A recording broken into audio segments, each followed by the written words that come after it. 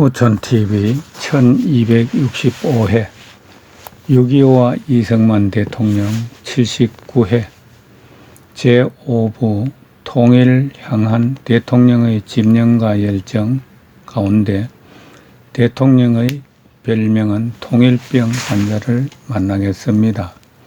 구독은 무료이니 구독과 좋아요 눌러주세요. 대통령 별명은 통일병 환자. 2월 4일 미 8군에서는 38선 이북으로의 진격 정지설을 부정하고 있으며 미 국무성에서도 38선 돌파 중지 명령에 대해 전혀 아는 바가 없다고 표면적으로 부인하고 있다. 대통령은 AP통신 기자에게 공산당이나 친공분자가 아니라면 감히 누가 이미 없어져 버린 38선을 운운하며 또다시 그 비극적인 환상의 선을 만들어낼 수 있단 말인가.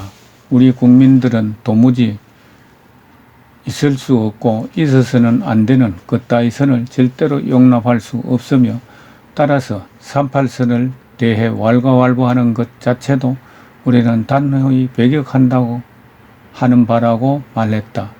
끝까지 공산군을 이 땅에서 완전히 무찌르는 것만이 세계 평화와 자유를 위해 공헌하는 승리의 길이며 오로지 통일만이 우리 민족을 살리는 길이라고 대통령은 강조했다.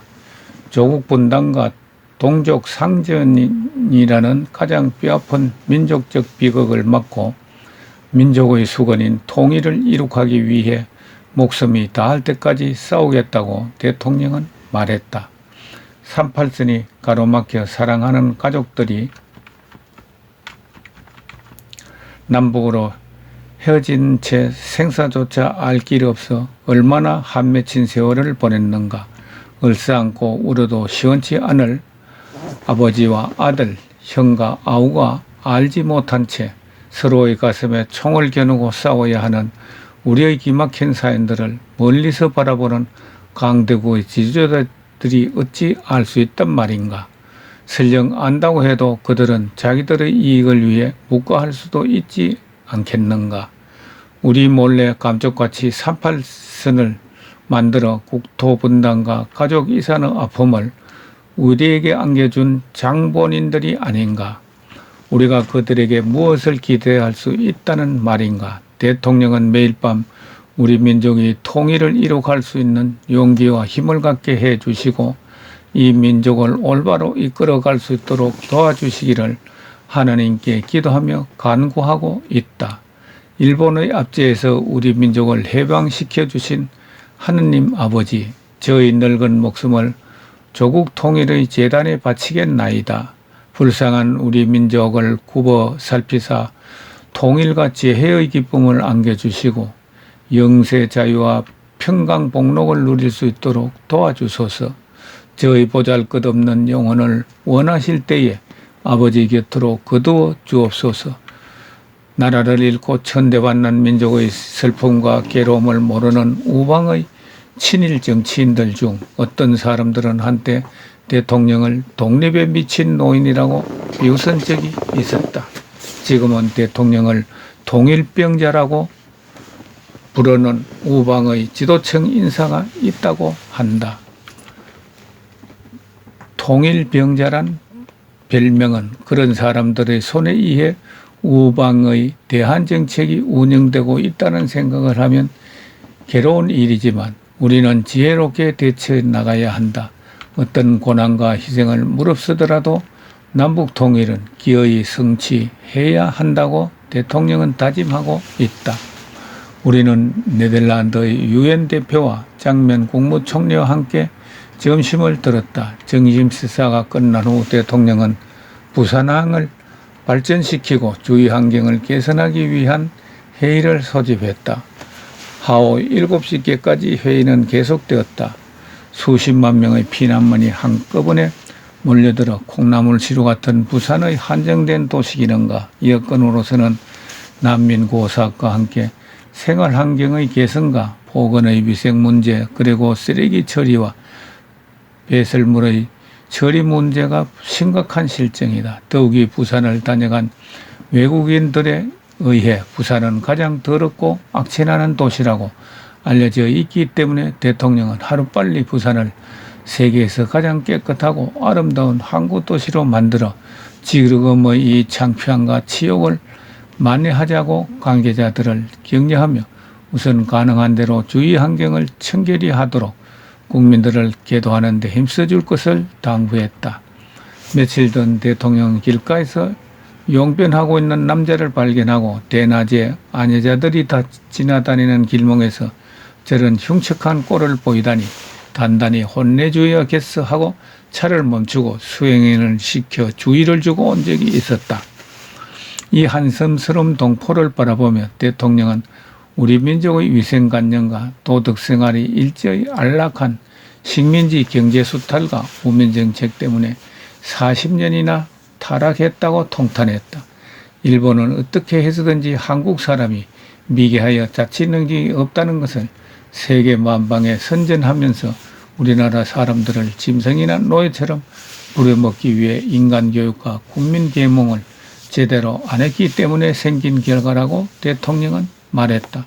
대통령은 무엇보다도 앞으로는 우리 2세 국민들에게 민족적인 긍지와 자부심을 심어주고 철저한 새생활 교육을 시켜 문화민족의 기상을 되찾도록 하겠다고 말했다.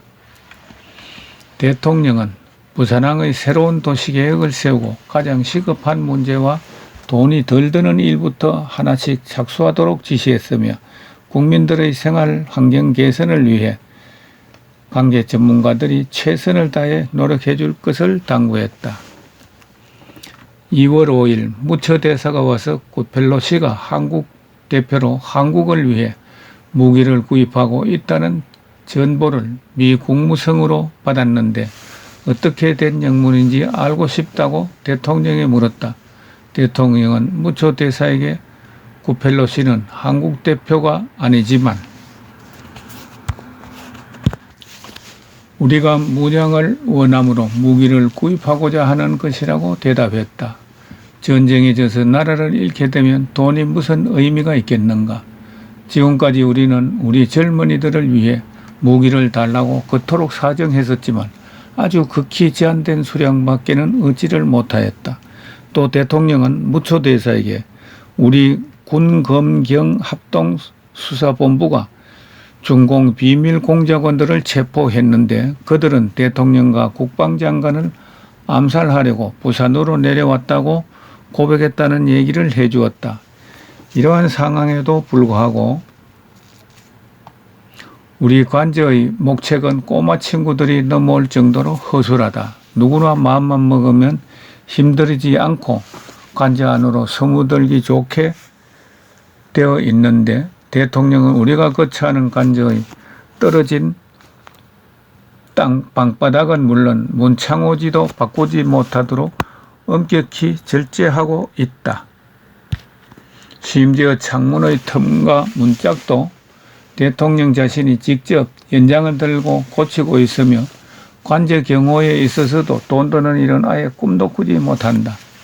중공의 암살 공작원들이 대통령의 생명을 해치려 하는데도 대통령은 지금도 경호경관 수를 줄여 한 명이라도 더 전투경찰로 내보내 싸우게 할 궁리만 한다. 구국과 독립투쟁으로 살아온 대통령의 목에는 줄곧 일본 정부의 현상금 30만 달러가 걸린 채 수없이 죽을 고비를 넘겨왔으며 여러 차례 암살범들이 저격을 받을 때마다 사람의 목숨은 하나님의 뜻에 딸려 있다고 태연자약한 대통령이다. 그러나 나는 어린 개구쟁들이 넘어드는 나무울타리 쪽이나 허술하기만 한 집안 곳곳을 살펴보면서 마음속으로 불안하기 그지없다. 오늘 오후에도 대통령은 부산시장과 함께 부산 시내와 주위를 한참 동안 돌아보았다. 오늘이 새봄이 시작되는 입춘이라고 한다. 어서 빨리 날씨가 따뜻해져 추위로 떨고 있는 국민들의 고통을 덜어주었으면 좋겠다. 주방에서 일하는 양학준 노인의 말에 의하면 쌀 한 대에 1,100원이고 보리쌀 한 대에 800원이라고 한다. 2월 6일 벌써부터 피난민의 일부가 고향으로 돌아가고 있다. 제발 그들의 넓은 부모들이나 집들이 모두 무사해서 추위와 굶주림에 시달린 이 피난민들을 따뜻이 맞이해 줄 수 있었으면 좋으련만 모든 도시와 마을이 온통 불타고 파괴되어 잿더미나 폐허로 바뀐 지금 또 다른 슬픔과 고생이 이들을 기다리고 있을 것을 생각하면 마음이 아프다.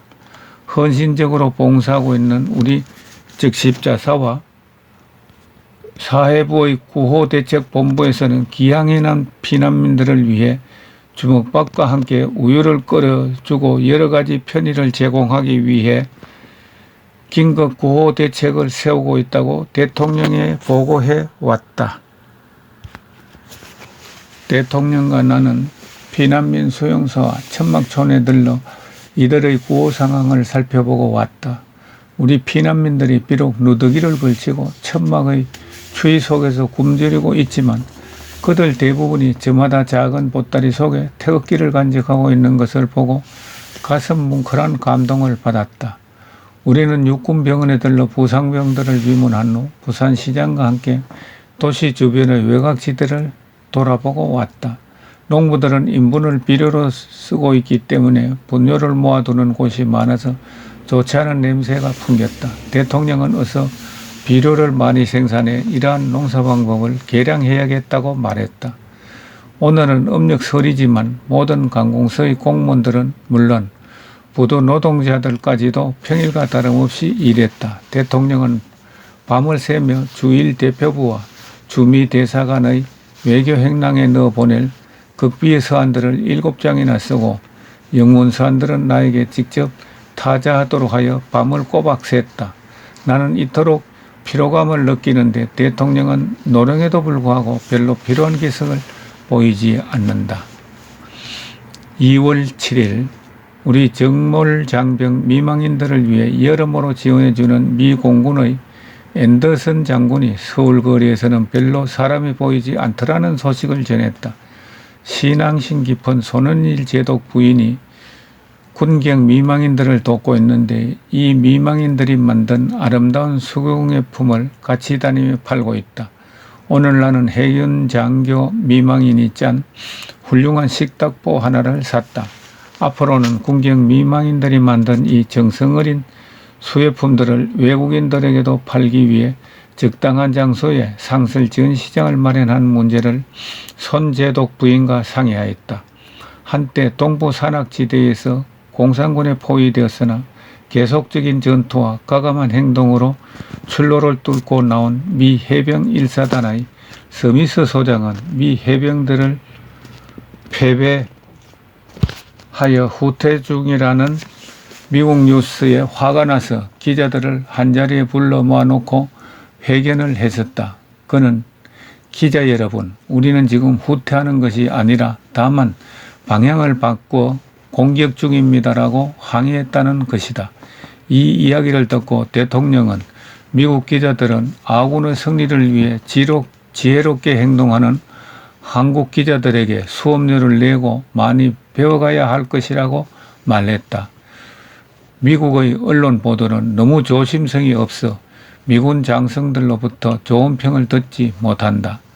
대통령은 올리브 박사에게 한국 국민과 미국 국민의 우정과 이해를 정진시킬 한미협회 설립을 위해 제방계획을 성안하여 그것을 신청할 수 있도록 서한을 보냈다.